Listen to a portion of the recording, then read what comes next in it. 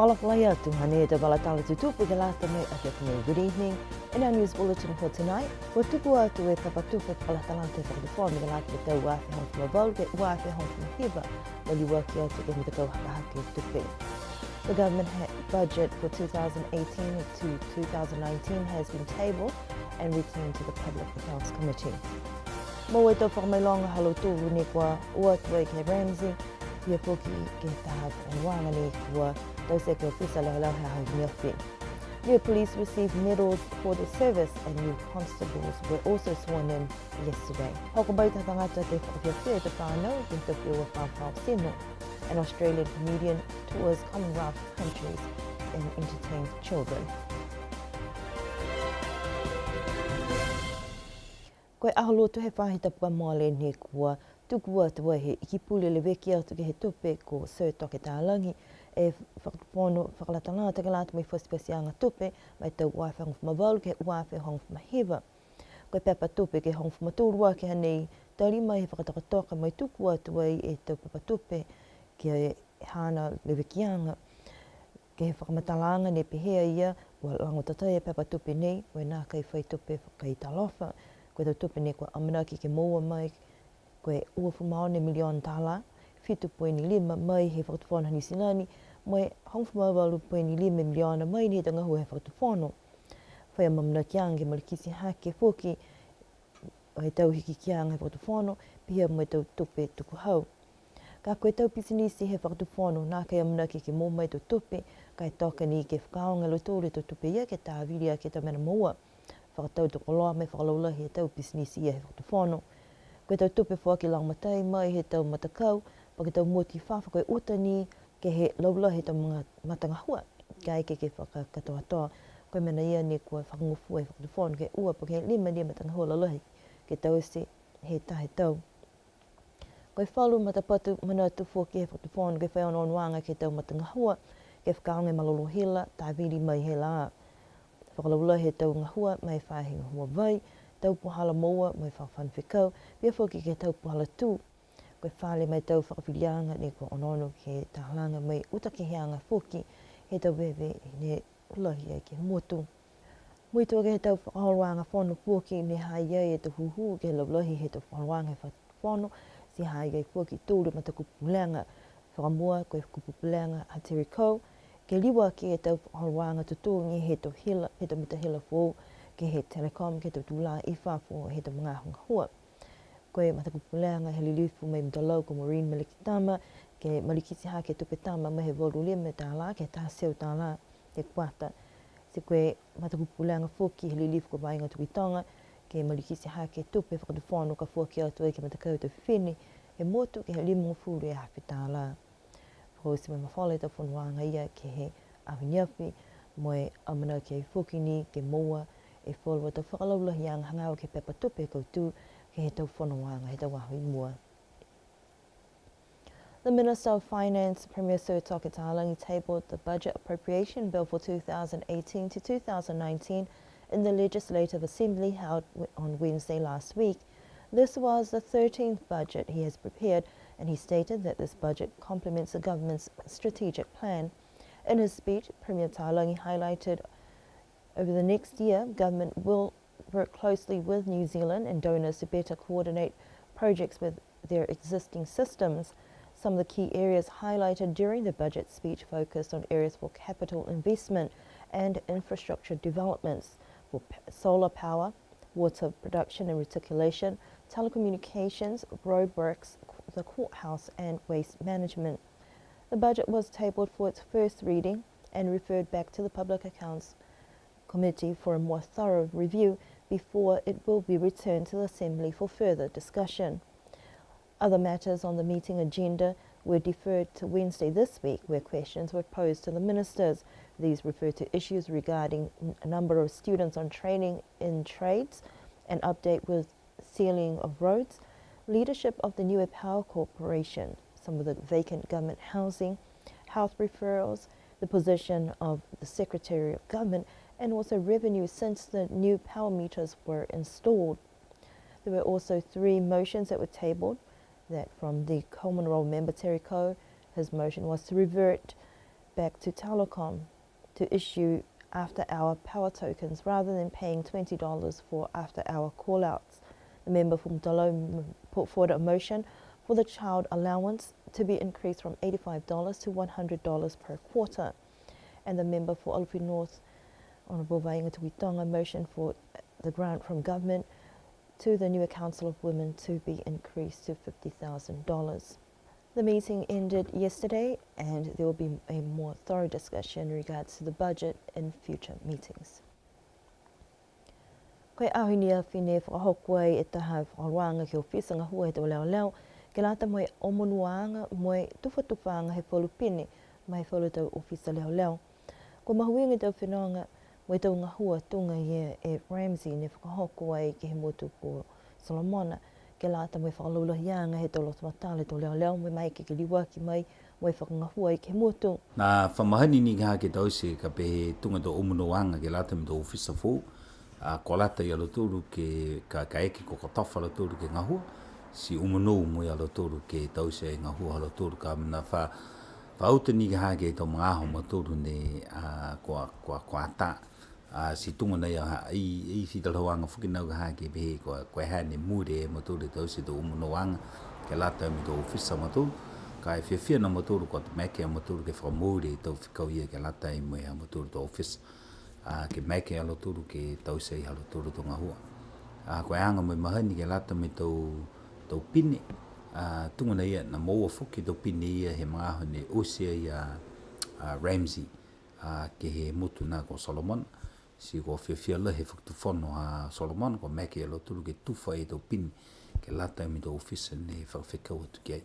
Si koe whakamuri la ia maturu nef ke tuwhi tau pine ia ke tau ofisa ne oatua i ke he matangaho ia i Solomon. Ne kau whakataha e tau leo leo hani we ke taha whakaroanga pui pui he mawhala ke motu ko Solomon he tau uawhe ono ke he uawhe hong mawhitu. Toko waru e ofisa hani we ne oatua i ke he motu nā ko Solomon mai whawhikau ataloturi ki ai. Si we toko waru ia, toko ua kahalaua nei hoka mai nef. Toko nei ia nei loa whakatoturu ko kiuki whukitaha reo reo maturu ne whinoto i ke he matangaho ia. Si mai ke whuki na maturu ke whakamanatua ia me whuki ai hana pini ke he tahani he matainanga he mga whahana. Kola he whakaue he tau whakatau tōnu, ke he lata i me te maluluha lo tōru, ne kua uatua i ke tau whemawhala he whalu motu ke he, kua lata ni ke whamailoanga mai mahuinga i tau whakakuanga nei, ke lata mai motu. Whakatu mau ngai ni ka hamatoro a manako ke oatua le tau ofisa ke he tau mtangahoa ia. Kai tunga nei a ha koe utani ka ha koe ute maturu ki whi. Hamna tahani ka hai e matangahua ne maua ia ha koe under ia UN, United Nations. Kam nei kumana member ka ha niwe ke he United Nations. Ai moe maturu ka hai whakataanga ke meke maturu ke oatua i ke ngahua. Mai, mai United Nations. So, koe mena ia manako lohe maturu ke whaututara mo New Zealand, hako loturu ne leveki ke he tau matangahua ia. Ka koto whakatutaranga ia ni ka he whakatuwhono mo e whakatuwhono New Zealand ke maike ke moua e tau whakatotoanga koe maike naka maturu ke oatua i ke ngahua e lalo he UN. Nā kei mahani ke whakahoko tū mau e tau whakawhiawhia pihe nei, moe kua tū mau e tau ngahua e whaenga ho leo leo ke leveki mo i pui pui whoke na whaala ke motu. Niue police were acknowledged for their services in peacekeeping missions during a medal presentation ceremony held at the police station yesterday. Government officials, families and friends gathered to bear witness to a significant part for police development for Niue, where officers heeded the call to the Regional Assistance Mission to the Solomon Islands from 2006 to 2017. We had 8 police officers from Niue who served under Ramsey.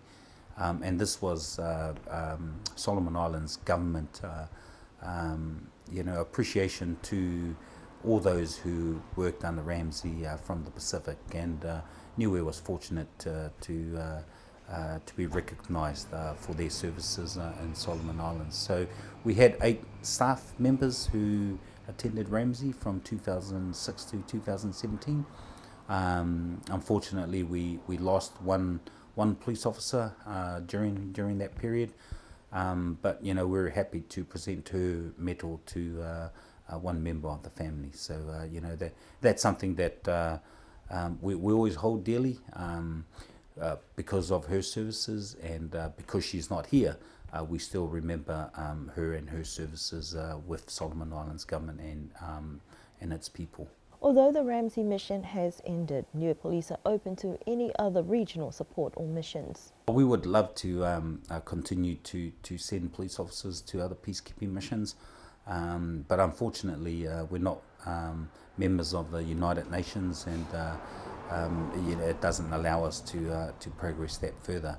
But I think it's between Niue government and New Zealand government, because we are under New Zealand in terms of you know, agreements with United Nations.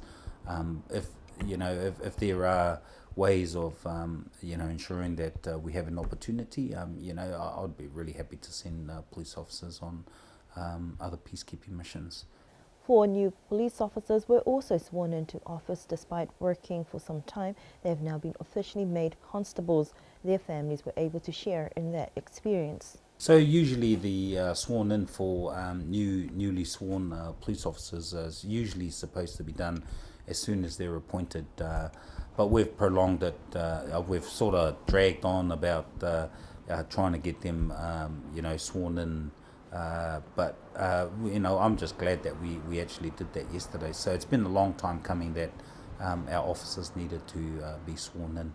So so I think they could be grateful now that they are constables now for the Niue Police, and they could actually do their job now. Niue Police have many tasks and endeavour to continue serving and protecting the community. Ceremonies and celebrations are positive for morale and also for recognition.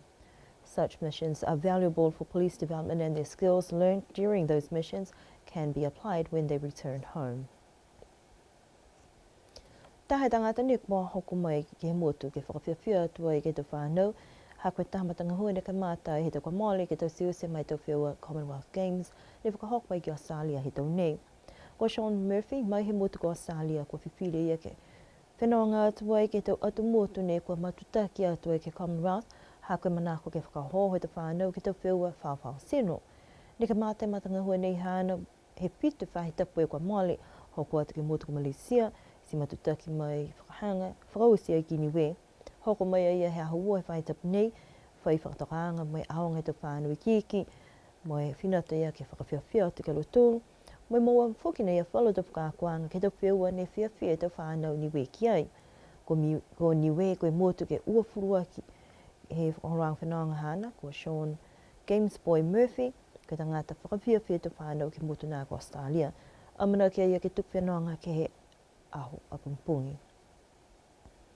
An Australian comedian has made a special trip to Niue to share his love for sports and comedy with the children of Niue. Sean Murphy has been on tour for about 7 weeks now, and he has reached Niue, one of the smallest countries in the Commonwealth. So I'm Games Boy. That's my character for this show. And so I'm all dressed up in Australian colours, and in the show I teach the kids about games from all over the world. And my quest basically is to excite kids about playing games that don't involve turning on an iPad or video games, but just saying, hey, I've got a friend here, we've got some imagination, let's go. That's all we need. So I'm touring around every Commonwealth country, and Niue is my 20th stop, and I come to schools, I do comedy shows, and then the kids teach me something about their culture. And usually they teach me a brand new game. So the idea is I collect games from all over the world, take them back to Australia, and teach Australian kids about Niue, about New Zealand, about Tonga, Samoa, India, Malaysia, the whole world. Games Boy arrived in Niue on Tuesday and has been to the Niue Primary School to educate and entertain the young children. So this project started last year in Australia. I got asked to create a show for the Commonwealth Games. The Commonwealth Games are in the Gold Coast in 2018 this year in April. So before the Games, I toured all around with the Queen's Baton, which I believe probably visited Niue. I toured all around Australia with the Queen's Baton doing my show. And then afterwards I thought, oh, that was just 3 months, but we had so much fun.